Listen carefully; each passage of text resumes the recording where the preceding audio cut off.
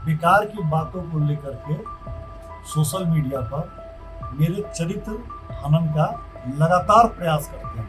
आपत्तिजनक शब्द है ये मुस्मात हो गया। और यहाँ तक कि इन लोगों ने मुझे सोशल मीडिया पर शब्द का इस्तेमाल किया है और कोई नर्तकी के साथ उनका डांस लगा देंगे और लिखेंगे कि ये है 94 मुजफ्फरपुर के विधायक। कभी कोई कहीं कुछ मारपीट कर रहा है तो लिखेंगे कि ये विधायक के गुंडे हैं। ये सब हम 6 बार जेल गए हुए, एक बार और जेल चले जाएंगे। 47 रखने के आरोप में भी हम जेल गए हुए हैं। बिहार में बीजेपी विधायक को AK-47 से भुनने की धमकी मिली है। बिहार के मुजफ्फरपुर के नगर विधायक रंजन कुमार को कुछ लोगों ने AK-47 से भुनने की धमकी दे डाली है। आप एकदम सही सुन रहे हैं, सम्राट चौधरी के विधायक को।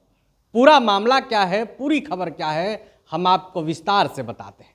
खबर बिहार के मुजफ्फरपुर जिले से आई है, जहां मुजफ्फरपुर के नगर विधायक रंजन कुमार हैं। उन्हें सोशल मीडिया पर पहले आपत्तिजनक पोस्ट किए जाते हैं, उनके बारे में, उनके खिलाफ में आपत्तिजनक टिप्पणी किए जाते हैं। इसके बाद जब विधायक द्वारा बातचीत की जाती है उस व्यक्ति से कि आखिर ऐसा क्यों किया जा रहा है, मेरे क्षेत्र को लेकर, हमको लेकर क्यों बदनाम किया जा रहा है, आप स्पष्ट कीजिए। तब सामने वाला व्यक्ति कहता है कि मैं पहले भी AK-47 मामले में जेल जा चुका हूं और अब आपको ही भून डालूंगा। इस पूरे मामले के बाद बिहार में हड़कंप मच गया है।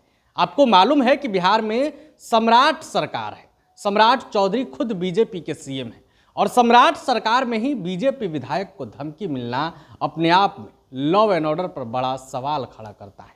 इस पूरे मामले को लेकर बीजेपी विधायक रंजन कुमार ने एक प्रेस कॉन्फ्रेंस भी किया है, पूरे मामले की जानकारी भी दी है। 2 थानों में FIR दर्ज कराया है। सबसे पहले आप रंजन कुमार को सुनिए। आज ये प्रेस कॉन्फ्रेंस मैंने इसलिए बुलाया है कि कुछ बातों से आप लोगों को अवगत कराना चाहते हैं। आज मैंने मिठनपुरा थाना में एक आवेदन दिया है कि कुछ लोग हैं, अपने मेरे विधानसभा के कुछ लोग हैं जो लगातार बेकार की बातों को लेकर के सोशल मीडिया पर मेरे चरित्र हनन का लगातार प्रयास करते हैं।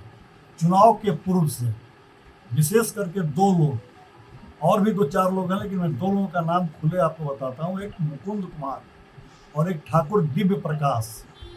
ये लोग लगातार हम पर व्यक्तिगत सोशल मीडिया पर प्रहार करते हैं।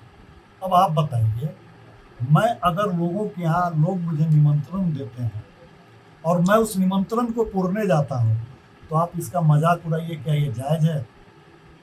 अगर मैं सोशल मीडिया का युग है, मैं जो काम करता हूं, अगर उस काम का अगर रील बना करके सोशल मीडिया प्लेटफॉर्म पर डाला जाता है तो यह गलत है क्या?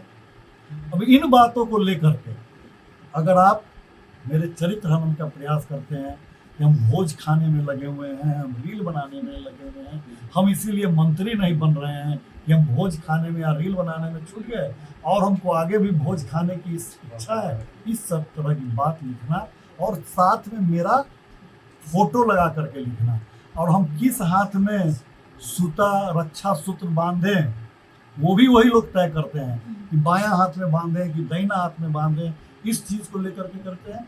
और हद तो तब हो जाती है जब वो सोशल मीडिया पर मेरे साथ साथ 94 मुझे लिखते हैं कि 94 जो है मुस्मात हो गया। आप समझ सकते हैं कितना आपत्तिजनक शब्द है ये मुस्मात हो गया है। और यहाँ तक कि इन लोगों ने मुझे सोशल मीडिया पर शब्द का इस्तेमाल किया है, जिस शब्द को मुझे बोलने में आपके समक्ष शर्म महसूस हो रही है। मैं इन सब बातों से, ये लोग लगातार जो लिख रहे हैं, इसके लिए मैं जिला प्रशासन को, पुलिस कप्तान को, साइबर DSP को पिछले मैं 2-2.5 महीने से लगातार बताता रहा। ये देखिए, ये लोग ऐसे ऐसे करते हैं। कभी ये लोग क्या करेंगे, किसी का फोटो पीछे से और कोई नर्तकी के साथ उनका डांस लगा देंगे और लिखेंगे कि ये है 94 मुजफ्फरपुर के विधायक। कभी कोई कहीं कुछ मारपीट कर रहा है तो लिखेंगे कि ये विधायक के गुंडे हैं। इस सब तरह का व्यक्तिगत प्रहार करते हैं। और चुप रहना, अगर किसी चीज को चुप रह रहे हैं तो इसका मतलब ये नहीं है कि हमारी चुप्पी, हमारी सादगी इसको कमजोरी नहीं समझना चाहिए किसी को भी। और आप जानते हैं कि मैं मुजफ्फरपुर में अपने व्यवहार, अपने चरित्र और अपने लोगों के साथ जो मेरा संबंध है, इसी कारण मैं चुनाव जीता हूँ।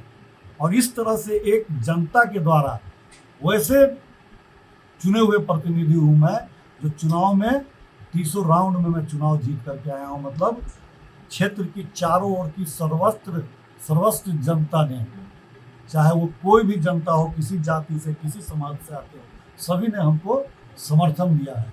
और उस तरह से के चुने हुए प्रतिनिधि पर क्या इस तरह का आरोप लगाना, इस तरह का भद्दी बातें सोशल मीडिया प्लेटफॉर्म पर लिखना जायज़ है? आज मैं सुबह एसएसपी साहब को भी इसके बारे में सूचना दिया। मैं उसको समझाने के लिए उसके घर पे गया था। मैं उसको पहचानता तक नहीं हूँ, मैं उस लड़के को जानता तक नहीं हूँ। मैं उसको ये कहने गया कि तुम क्यों लिखते हो भैया, हमसे तुम्हारा कोई व्यक्तिगत दुश्मनी है? तुम हमको पहचानते हो इसलिए कि हम विधायक हैं, लेकिन हम तो तुमको पहचानते भी नहीं हैं और तुम इस सब तरह का बात लिखते हो। इस पर वो कहता है कि हम 6 बार जेल गए हुए, एक बार और जेल चले जाएंगे। 47 रखने के आरोप में भी हम जेल गए हुए हैं। अभी हमको ज्ञात हुआ है कि वो दारू बेचने के आरोप में भी 5-6 बार जेल जा चुका है।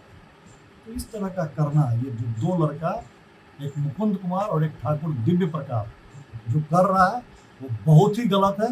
मैंने दिव्य प्रकाश ठाकुर पर भी सदर थाना में लिख करके दिया है, इन पर भी मिठनपुरा थाना में लिख करके हमने दिया है। और ऐसा नहीं है कि आज की घटना है, प्रशासन इस बात को पूर्व से जानती है। तो आपने बीजेपी विधायक को सुना, पूरे मामले की उन्होंने जानकारी दी है, किस तरीके से उन्हें धमकी दी जा रही है और फिर आगे क्या कुछ किया जा रहा है। लेकिन अब देखना होगा कि पुलिस इस पर क्या कुछ कार्रवाई करती है, आगे इस मामले पर क्या सम्राट चौधरी भी संज्ञान लेंगे, देखने वाली बात होगी। आगे जो भी अपडेट आएगा सबसे पहले हम आपको बताएंगे। बने रहे प्रभात खबर के साथ। शुक्रिया। प्रभातखबर.com, विश्वास वही, रफ्तार नहीं।